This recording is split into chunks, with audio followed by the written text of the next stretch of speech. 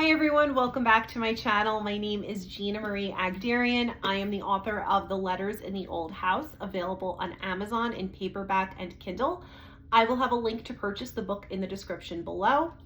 So today is another episode of Book Talk. If you're new here, this is a series where I talk about a book that I recently read, what I liked, what I didn't like, and ultimately help you determine if you would like to read this book.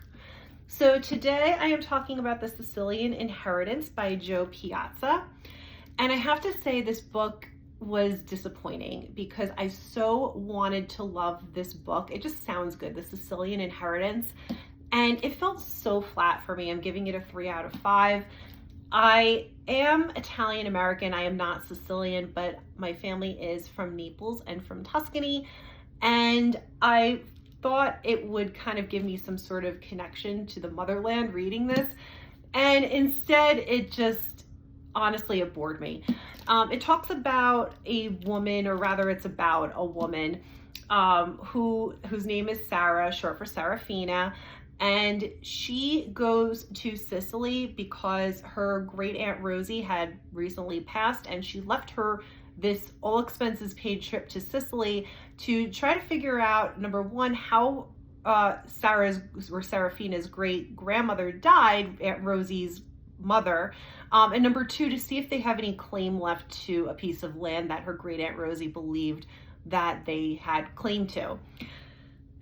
And so I'm reading it, and it's kind of like an eat, pray, love situation. She's getting divorced. Her restaurant just closed because it wasn't doing well, blah, blah, blah. And the tone of this book to me was very like Stupid Americans, which I absolutely hate that. A lot of eye rolling, a lot of, oh, you Americans, oh, you this, you that, like Italians looking at each other and rolling their eyes at the main character. And that just didn't sit right with me. Once is haha, okay, but to make a whole book out of it where Sarah is just considered so dense that she doesn't understand anything, and Italians seem to have, or Sicilians seem to have the key to everything and understanding life. It got really tired and really old after a while, and it really started to irk me about a quarter of the way through, but I felt like I was committed and invested in it at that point. So I continued to read, hoping it would get better. It did not. I found the story to be somewhat lackluster. I did not find it interesting.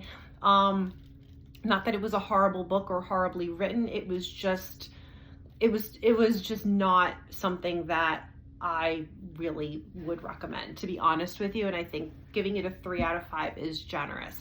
And it's nothing personal against the author. I'm not bashing her book. I'm sure there are people who absolutely love this book. It just wasn't for me.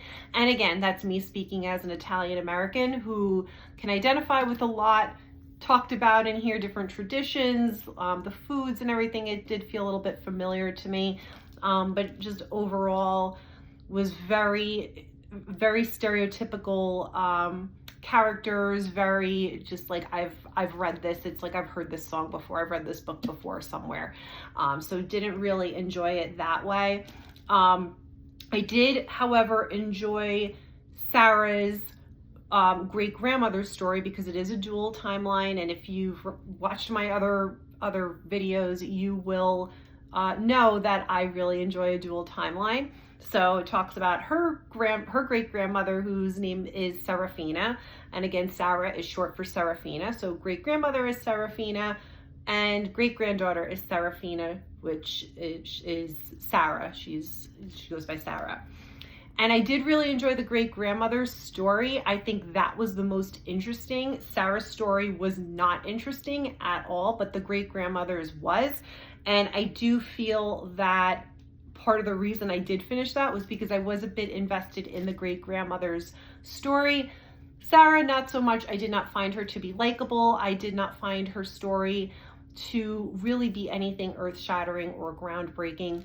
Just my opinion. So there was one part of this book that really gave me pause that I absolutely loved. And prior to filming this video, I tried to find the page and the exact quote, and I just couldn't. But it was something to the effect of Sarah being in Sicily and kind of saying to Giuseppina, who's her tour guide and had been in contact with her great aunt prior to her great aunt's death, and Sarah basically says to, as they call her, Juicy in the book, she says something to the effect of, "This happened over 100 years ago. Why should I care?" Blah blah blah. And basically, Juicy gets angry and says that Sarah's great grandmother, Serafina, made huge sacrifices so Sarah could enjoy her life in America and have all the things that she has in America. And I actually put the book down when I read that, and I thought about it, and it gave me pause. And regardless of where your family is from, whether they're from Italy or they're from some, we're all from somewhere. So wherever your family is from, they took a chance coming to America. And I know personally, my great grandmother came to America and didn't speak a word of English. And it really made me think that I owe so much of what I have to not only her, but all of my great grandparents, great great grandparents who came from other countries to come here to America. They left what was comfortable and the only home that they knew, not knowing what to expect in America. And I owe so much to them. I owe everything to them. The education that I have and the opportunities that I have and owning a home and just everything. And that really gave me pause. I sat down and I put the book down and I said, wow, I owe Zafira, who's my great grandmother, I owe Zafira a lot because she was the one who came here. Zafira Marzocchi came from Italy, didn't know what to expect, knew no English. And because of her, she had my grandmother, who then had my mother, who then had me. And so anyway, I know I'm rambling, but if you think about it, you owe so much to your ancestors who came to America from other countries to start a better life, whether that was your parents, or great grandparents or grandparents or whoever. So that line in and of itself was kind of why I went with a 3 and not a 2 for this book. So The Sicilian Inheritance by Jo Piazza. Let me know in the comments if you've read this book or if you plan to read it or if it's going to be on your TBR. And as always, guys, happy reading.